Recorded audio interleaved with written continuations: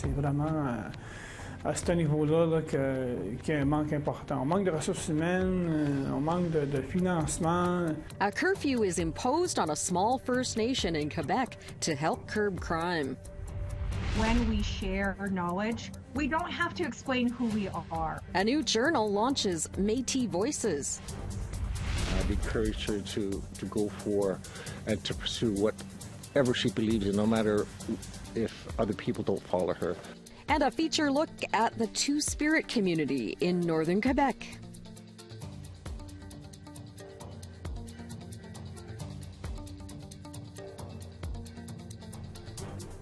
Good evening, I'm Leanne Sanders. Welcome to APTN National News. The Prime Minister is on a 2-day visit north of 60. He's touring communities dramatically impacted by wildfires and meeting with Indigenous leaders and first responders in Enterprise, Hay River, and N.W.T First Nation. This is all that remains of Enterprise after a wildfire in August tore through the 120-person hamlet. 90% of the community burned, and only a handful of people have come back. Today, Prime Minister Justin Trudeau is seeing the destruction firsthand.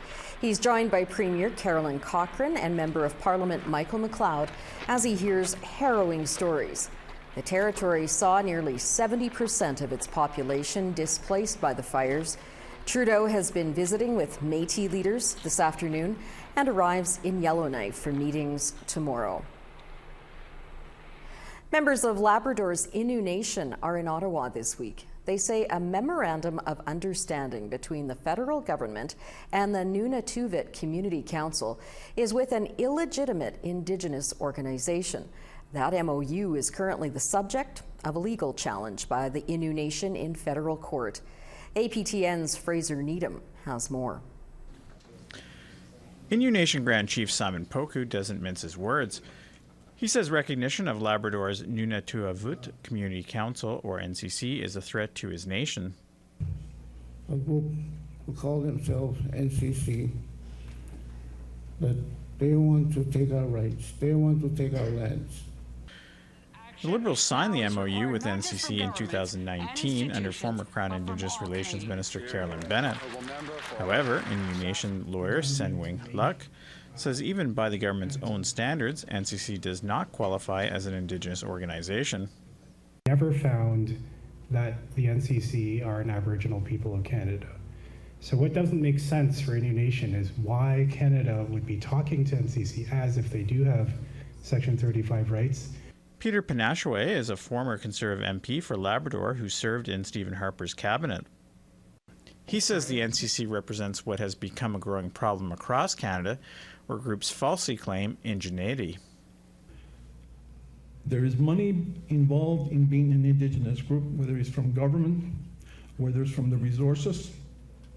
So now you have people coming from everywhere, declaring themselves or purporting to be an Indigenous group because there are benefits. For his part, NCC President Todd Russell firmly maintains his organization legitimately holds Section 35 Indigenous rights. No other Indigenous group has the right to determine our identity, particularly the identity of us as Inuit. And in fact, this is an understanding that is within not only the Indigenous community generally within Canada, but this is understood internationally. In an emailed statement, the Department of Crown Indigenous Relations says the MOU is an act of goodwill, and that it does not create, recognize, or deny any constitutional or legal right to either party. The federal court dates that had been set for Wednesday and Thursday have been postponed. Fraser Needham, APTN National News, Ottawa. A violent assault last month in Lac-Simon First Nation in Quebec forced that community to implement a curfew for the youth to stem the violence and vandalism plaguing the territory. Maricela Amador has more. It is the third curfew in 3 years for the youth of Lac-Simon, where 70% of the population is under 30. C'est très récent. Chief Lucien Wabananik of the Lac-Simon Anishinaabe Nation Council said that violence and crime have intensified over the last few months. He cited multiple factors for this, including the evacuation of the community because of wildfires, a housing crisis, and the pandemic. On veut bien faire les choses, mais on manque beaucoup de ressources. C'est vraiment à ce niveau-là là, qu'il y a un manque important. On manque de ressources humaines, on manque de financement. Between 8 p.m. and 7 a.m., youth under 18 must remain indoors. Since the curfew went into effect, volunteer security guards recognized by local police have been patrolling the streets. Pour le moment, c'est vraiment la sécurité de nos gens, de nos aînés. Il y a une crainte de se promener même le soir maintenant.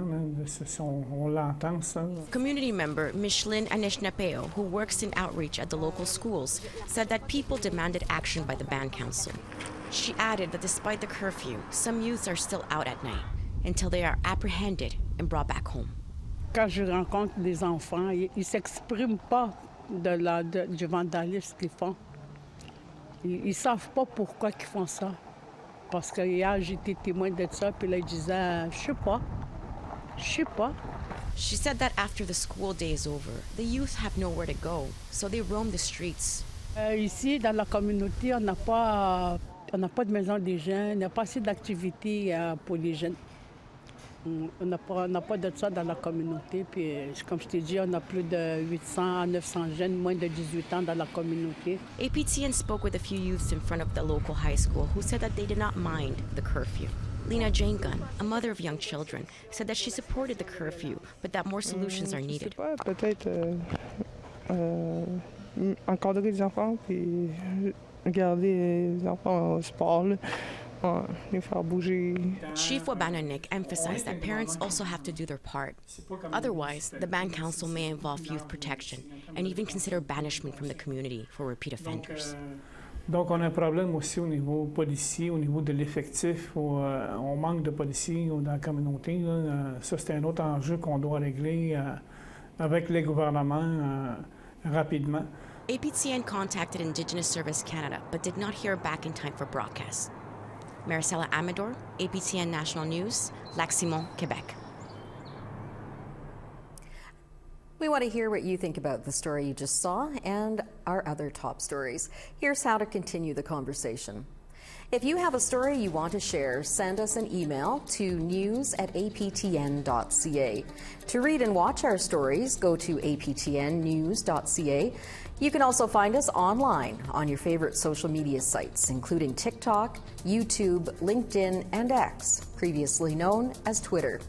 Follow APTN News to join the conversation and see our latest stories.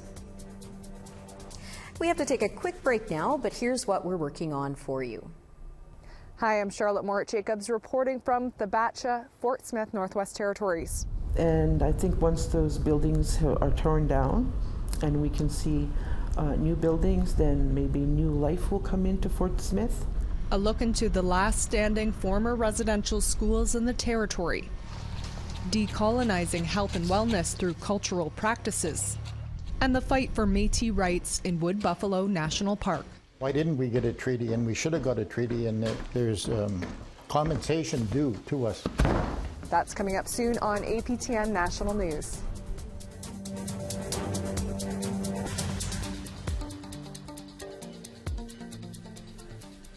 Welcome back. Inuit students in Johaven are interviewing elders in their community to save the traditional knowledge of their people while learning about their local history. Trevor Wright reports. Students in the Nunavut community of Johaven are taking part in a project where they interview elders to help preserve their traditional knowledge. We interview elders, and we go back to history and then modern. We learn lots about our traditional ways back then. The Nat-Talik Heritage Center in Johaven has partnered up with Queen's University to support this initiative. The interviews will be available locally for future generations. And so this is a really valuable way to, not only for them to work directly with elders, but to then create a resource that is available to the community and to younger Inuit to come after them. The students say the elders of Johaven were happy to see such a project take place. It was a good experience because the elders were happy to see young faces and be a part of the program. And so we've been really pleased at how the elders have really embraced the process as well, because they really like to see themselves and their stories being documented. The project is going until 2025. However, they're hoping to find support to help extend the project beyond that. This is an incredibly strong group. They're really dedicated to one another, and they're really dedicated to the work. In a nutshell, the project can't exist without their participation. What's important is we listen to our elders, and we need to know more of our traditional ways and keep them alive. Trevor Wright, APTN National News, Johaven. Like any other town or big city, the Inuit community of Kuujjuaq has a 2S LGBTQ community. It recently started holding a pride parade every year, but 2S LGBTQ people there still have a ways to go on the road to acceptance, according to Two-Spirit Inuit. Amelia Fournier has more. So this third song I wrote about this girl that I think was the first person that I was ever in love with. Nevi Snowball is only 16 years old, but they've already made waves in their small Inuit community of Kuujjuaq in northern Quebec. We can run away and live forever on the beach, we'll ride together. When they performed a song dedicated to their girlfriend at the time at a local festival last year. Some older Inuit generation who was friendly with me before have gotten really cold towards me. Or for example, I'll be going through school and someone will just scream the F slur towards me. Then maybe it will last forever. They say they've coped with this rejection through music. For me, as a musician, whenever I go through something super traumatic or just an experience that has stayed with me, as long as I get a good song written out of it, then I think it was worth it. Nevi is Two-Spirit. For them, the term represents the duality of their gender and sexuality. They say they wake up feeling different every day, reflected in how they present themselves. If I feel masculine and I get feminine, then I'll feel terrible. But if I feel feminine, I'll get all dressed up and everything.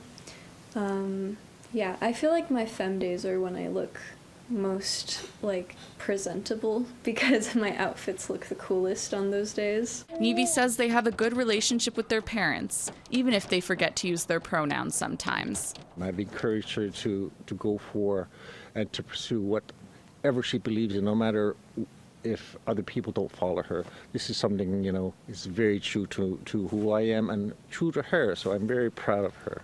Nevi plays music with their dad and goes berry picking with their mom, Isabelle Dubois, who hopes to see the community become a safer space for their child. Ce chandail-là résume pas mal ce que j'aimerais voir au Nunavik. C'était difficile des fois de la voir comme souffrir d'intimidation à cause qu'elle voulait juste être elle-même.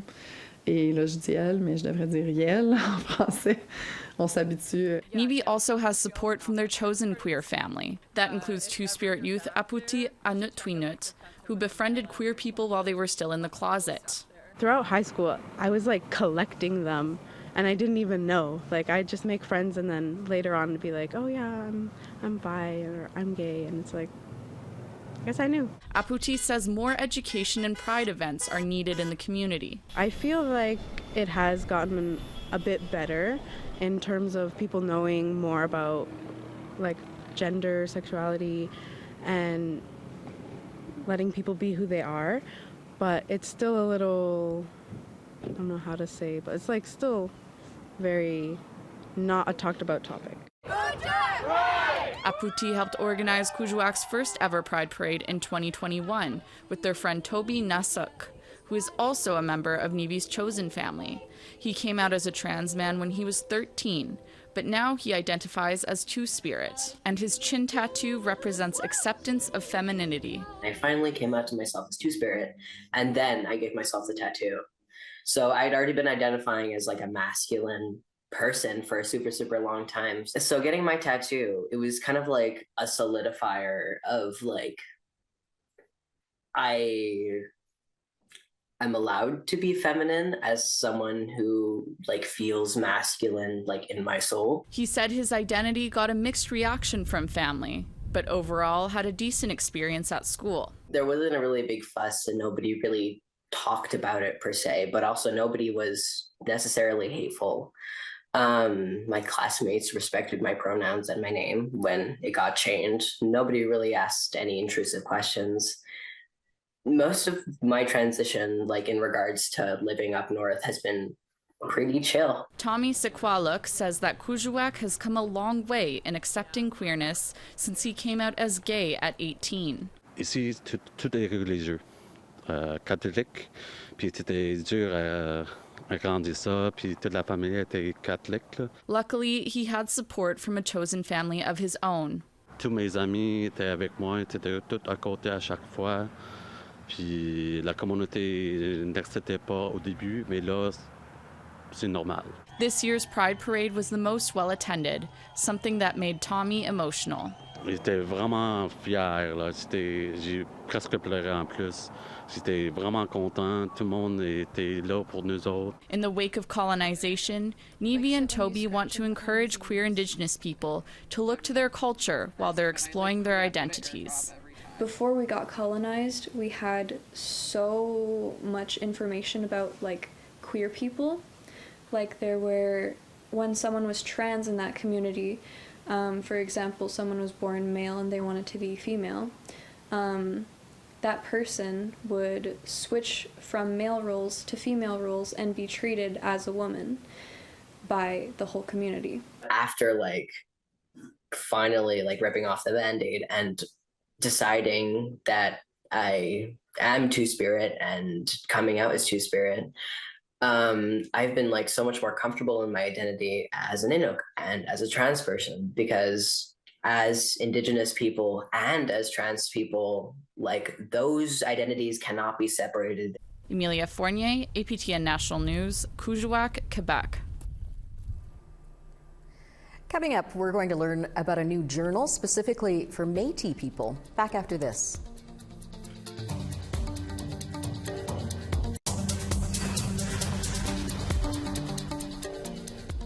Welcome back. Time now for our photo of the day. Carrie Bennett shared with us this sunset from late August from the beautiful region of Fort Qu'Appelle, Saskatchewan. Thanks, Carrie. We enjoy all the photos. Keep them coming by sending them to share@aptn.ca. Now let's take a look at tomorrow's weather forecast.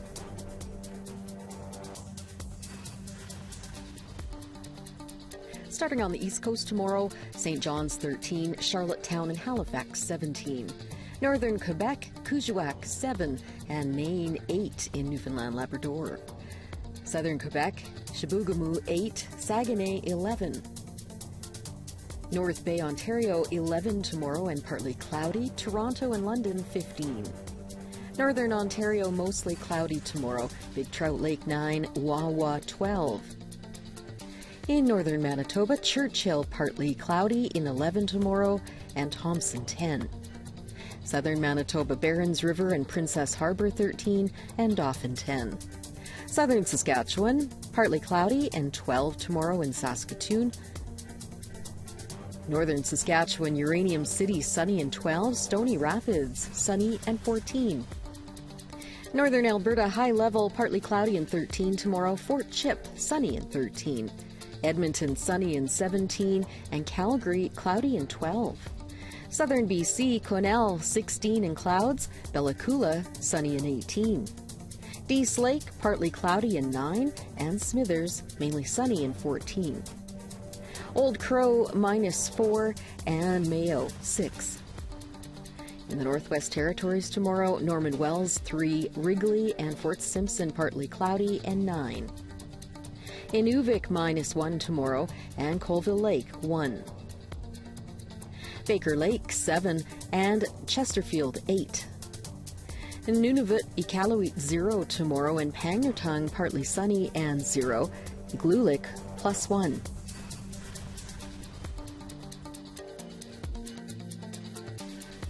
A dream shared by 6 Métis scholars from across the country has come true. They're publishing the first issue of a Métis-specific journal called Powatomic, Journal of Métis Thinkers. Powatomic roughly translates from Michif and Cree to group of people dreaming.